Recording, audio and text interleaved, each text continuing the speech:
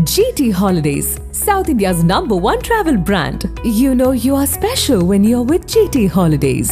பழைய நகையை கொடுத்து வைட் 11 மந்த்ஸ்ல அதே எடைக்கு புது நகையை எடுத்துக்கோங்க. எக்ஸ்ட்ராவா ₹1 தர வேண்டாம். Magic old gold exchange. Tiruppur மாவட்டம் மங்களம் பகுதியை சேர்ந்த ஒரு தம்பதிக்கு 13 வயதில் ஒரு மகள் உள்ளார். அந்த சிறுமி பக்கத்து ஊரில் இருக்கும் அரசு பள்ளியில் 8ஆம் வகுப்பு படித்து வந்துள்ளார். சமீப நாட்களாக சிறுமியின் பெற்றோருக்கு இடையே அடிக்கடி தகராறு ஏற்பட்டு வந்துள்ளது. இதன் நீட்சியாக கடந்த 12ஆம் தேதி ஏற்பட்ட பிரச்சனையால் இவர்களுடைய வாழ்க்கையே தலைகீழாக மாறியுள்ளது.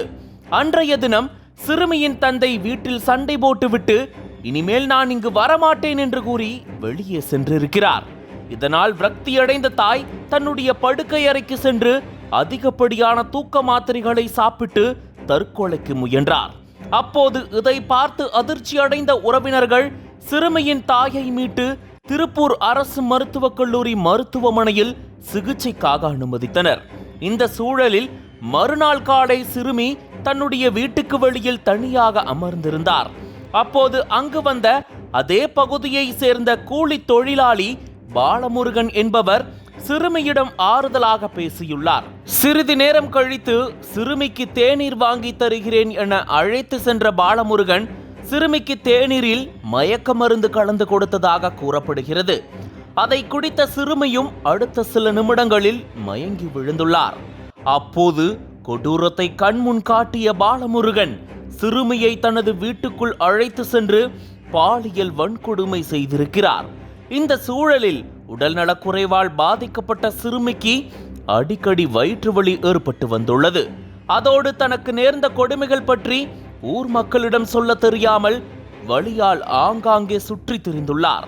இதனால் சந்தேகமடைந்த உறவினர்கள் சிறுமியை கோவையில் உள்ள மருத்துவமனையில் சிகிச்சைக்காக அனுமதித்தனர்.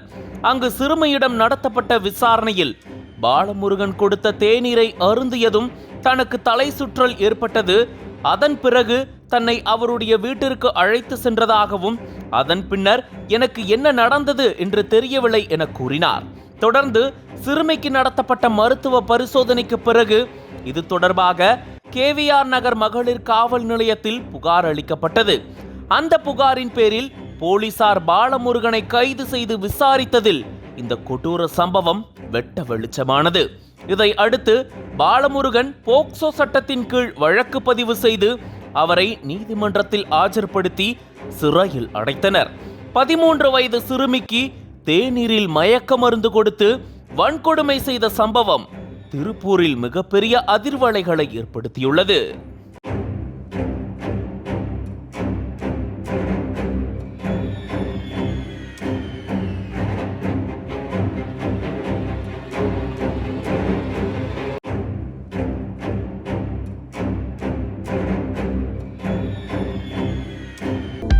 அனல் பறக்கும் செய்திகளை அப்டேட் செய்து கொள்ள நக்கீரன் களத்தை இப்பவே சப்ஸ்கிரைப் பண்ணுங்க.